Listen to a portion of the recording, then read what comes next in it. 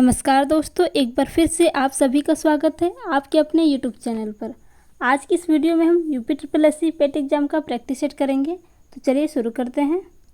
आज की क्लास का पहला प्रश्न है, मध्ययुगीन भारत में सर्वप्रथम रुपया नामक सिक्का किस शासक ने निर्गत किया था? आपको बताना है रुपया नामक सिक्का किस शासक ने निर्गत किया था। Option a Humayun, option b Akbar, option c Jahangir, option d Sher Shah. तो इस प्रश्न का जो सही जवाब हो जाएगा, आपका जवाब ऑप्शन डी हो जाएगा, शेरशाह। शेरशाह ने सर्वप्रथम रुपया नामक सिक्का निर्गत किया था। प्रश्न संख्या 2,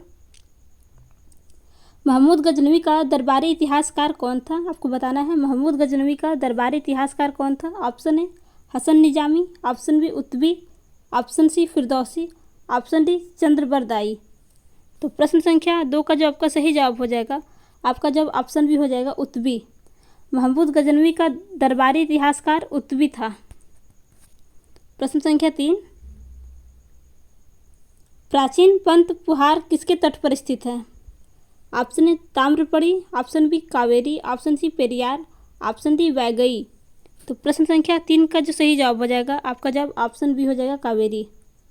प्राचीन पतन पुहार कावेरी तट पर स्थित है।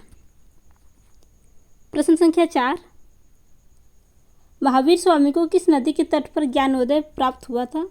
Option A Swarna Sikata, option B Palashini, option C Ganga, option D Rijupalika.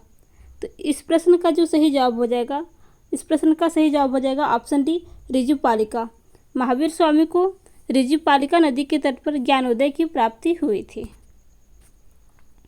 प्रश्न संख्या 5, राग का टीला निम्नलिखित में से किस नौपाषाणिक स्थल से संबंधित है?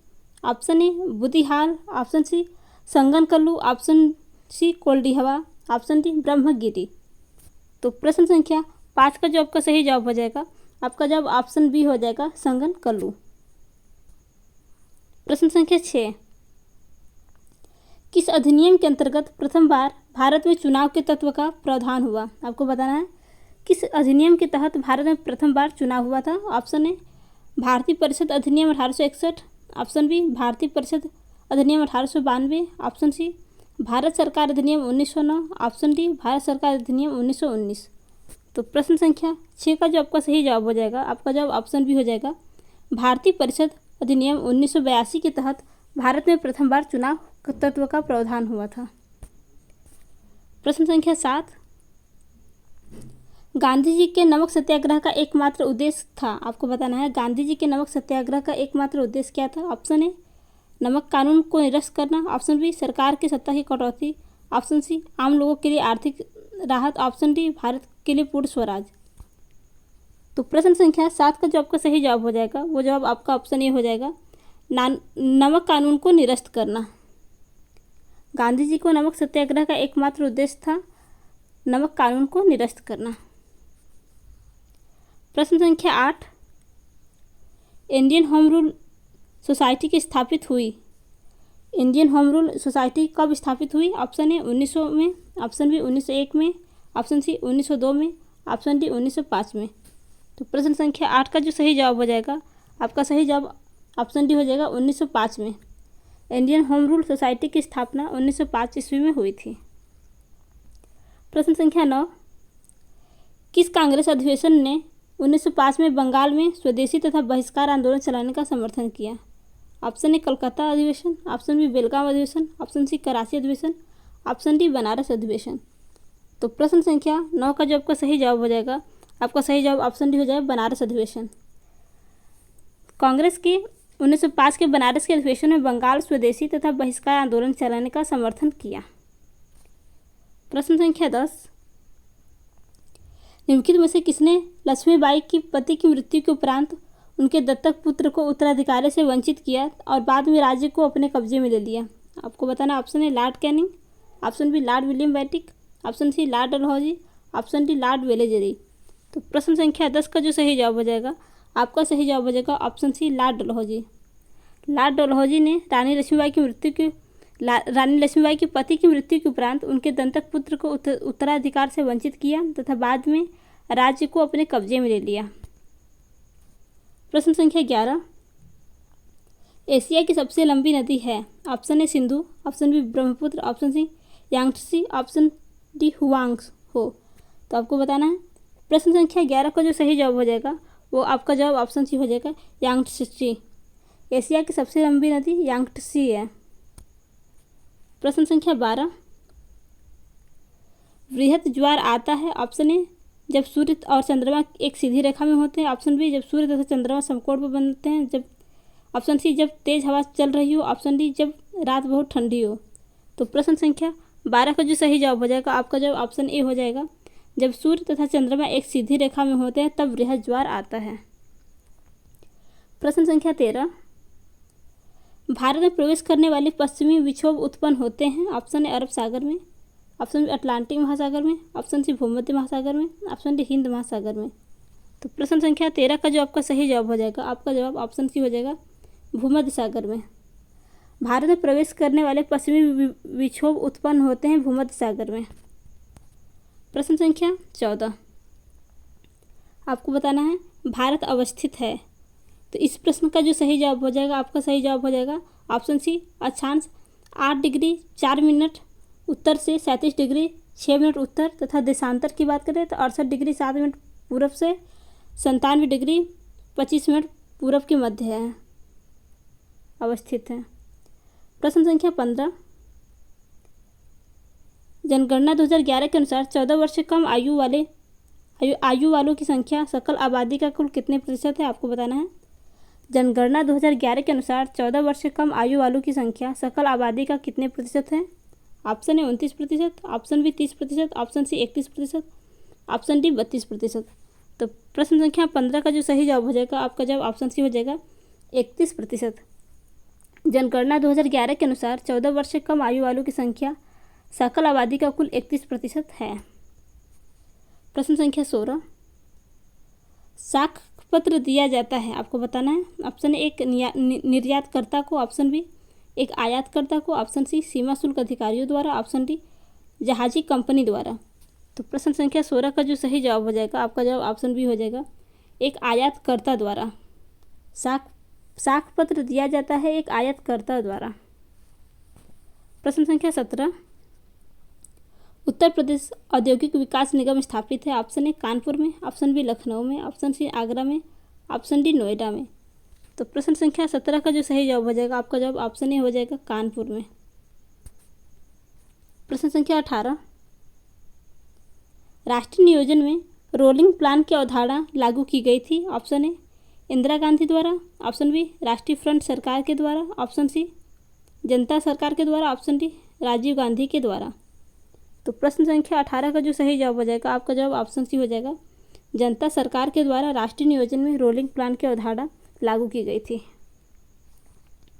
प्रश्न संख्या 19, निम्नलिखित में से किसको मुद्रा की पूर्ति विस्तृत माप माना जाता है? निम्नलिखित में से किसको मुद्रा की पूर्ति का विस्तृत माप माना जाता है? ऑप्शन M1 को, ऑप्शन बी M2 को, ऑप्शन सी M3 को, ऑप्शन डी M4 को। तो प्रश्न संख्या 19 का जो सही जवाब हो जाएगा वो जवाब आपका ऑप्शन सी हो जाएगा, M3 को। प्रश्न संख्या 20, भारत का आर्थिक सर्वेक्षण संबंधित है? आपको बताना है भारत का आर्थिक सर्वेक्षण किससे संबंधित है? ऑप्शन ए योजना आयोग से, option b Reserve Bank of India से, ऑप्शन सी वित्त मंत्रालय से, ऑप्शन डी वित्त आयोग से। प्रश्न संख्या 20 का जो सही जवाब हो जाएगा आपका जवाब ऑप्शन सी हो जाएगा, वित्त मंत्रालय से। भारत का आर्थिक सर्वेक्षण वित्त मंत्रालय से संबंधित है। प्रश्न संख्या 21, भारत में स्थानीय शासन से संबंधित निम्नलिखित घटनाओं पर विचार कीजिए और उन्हें क्रमानुसार व्यवस्थित कीजिए। अब जो पहला क्रम है LM सिंघवी समिति, दूसरा PK थुंगन समिति, तीसरा अशोक मेहता समिति, चौथा JKV राव समिति। तो आपको इसको क्रमबद्ध करना है। तो इस प्रश्न का जो सही जवाब हो जाएगा आपका जवाब ऑप्शन सी हो जाएगा। पहले आएगा आपका अशोक मेहता समिति, फिर उसके बाद JKV राव समिति, फिर उसके बाद आएगा LVMV सिंघवी समिति, फिर उसके बाद आएगा आपका PK थंगुन समिति। तो आपका जो सही क्रम है वो आपका ऑप्शन सी हो जाएगा। आगे बढ़ते हैं। प्रश्न संख्या 22, भारतीय संविधान में संशोधन के लिए एक विधेयक लाया जा सकता है। ऑप्शन ए केवल लोकसभा में, ऑप्शन बी केवल राज्यसभा में, ऑप्शन सी या तो लोकसभा में या राज्यसभा में, ऑप्शन डी भारत के सर्वोच्च न्यायालय में। प्रश्न संख्या 22 का जो सही जवाब हो जाएगा, आपका जवाब ऑप्शन सी हो जाएगा, या तो लोकसभा में या तो राज्यसभा में। भारतीय संविधान में संशोधन के लिए विधेयक लाया जा सकता है, या तो लोकसभा में लाया जा सकता है या तो फिर राज्यसभा में। आगे बढ़ते हैं। प्रश्न संख्या 23, भारत की संसदीय व्यवस्था में शून्यकाल कहाँ से लिया गया है? ऑप्शन ए संयुक्त राज्य अमेरिका से, ऑप्शन बी जापान से, ऑप्शन सी दक्षिण अफ्रीका से, ऑप्शन डी उपरोक्त में से कोई नहीं। तो प्रश्न संख्या 23 का जो सही जवाब हो जाएगा, आपका जवाब ऑप्शन सी हो जाएगा, दक्षिण अफ्रीका से। भारत की संसदीय व्यवस्था में शून्यकाल दक्षिण अफ्रीका से लिया गया है। प्रश्न संख्या 24, भारत में नागरिकता निम्नलिखित विशेषताओं में से कौन सही है? भारत की नागरिकता निम्नलिखित विशेषताओं में से कौन सी सही है? आपको बताना है इनमें से कौन सी सही है। ऑप्शन ए राज्य और राष्ट्र की दोहरी नागरिकता, ऑप्शन बी राज्य की एकल नागरिकता, ऑप्शन सी संपूर्ण भारत की एकल नागरिकता, ऑप्शन डी भारत और अन्य देश की दोहरी नागरिकता। तो प्रश्न संख्या 24 का जो आपका सही जवाब हो जाएगा, वो आप जवाब आपका ऑप्शन सी हो जाएगा, संपूर्ण भारत की एकल नागरिकता। आगे बढ़ते हैं। प्रश्न संख्या 25,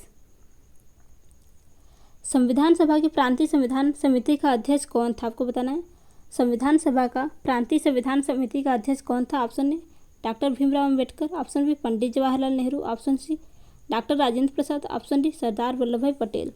तो प्रश्न संख्या 25 का जो आपका सही जवाब हो जाएगा, वो जवाब आपका ऑप्शन डी हो जाएगा, सरदार पटेल। प्रांतीय संविधान समिति का अध्यक्ष सरदार वल्लभ भाई पटेल थे। प्रश्न संख्या 26, हमारे शरीर में रक्त दाब होता है। ऑप्शन ए वायुमंडलीय दाब से कम, ऑप्शन बी वायुमंडलीय दाब से अधिक, ऑप्शन सी वायुमंडलीय दाब के बराबर, ऑप्शन डी उपरोक्त में से कोई नहीं। तो प्रश्न संख्या 26 का जो सही जवाब हो जाएगा, आपका जवाब ऑप्शन बी हो जाएगा, वायुमंडलीय दाब से अधिक। हमारे शरीर में रक्त का दाब वायुमंडलीय दाब से अधिक होता है। प्रश्न संख्या 27, जीव विज्ञान नाम दिया है। आपको बताना है जीव विज्ञान नाम किसने दिया है? ऑप्शन ए अरस्तु ने, ऑप्शन बी लैमार्क ने, ऑप्शन सी डार्विन ने, ऑप्शन डी लिनियस ने। तो प्रश्न संख्या 27 का जो सही जवाब हो जाएगा, आपका जवाब ऑप्शन बी हो जाएगा, लैमार्क ने। जीव विज्ञान नाम लैमार्क ने दिया है। प्रश्न संख्या 28, प्रकृति में सर्वाधिक प्रचुरता में पाया जाने वाला कार्बनिक यौगिक है। आपको बताना है प्रकृति में सर्वाधिक प्रचुरता से पाया जाने वाला कार्बनिक यौगिक है। Option a glucose, option b fructose, option c sucrose, option d cellulose. तो प्रश्न संख्या 28 का जो सही जवाब हो जाएगा, आपका जवाब ऑप्शन डी हो जाएगा, सेलुलोज। प्रकृति में सर्वाधिक प्रचुरता में पाया जाने वाला कार्बनिक यौगिक सेलुलोज है।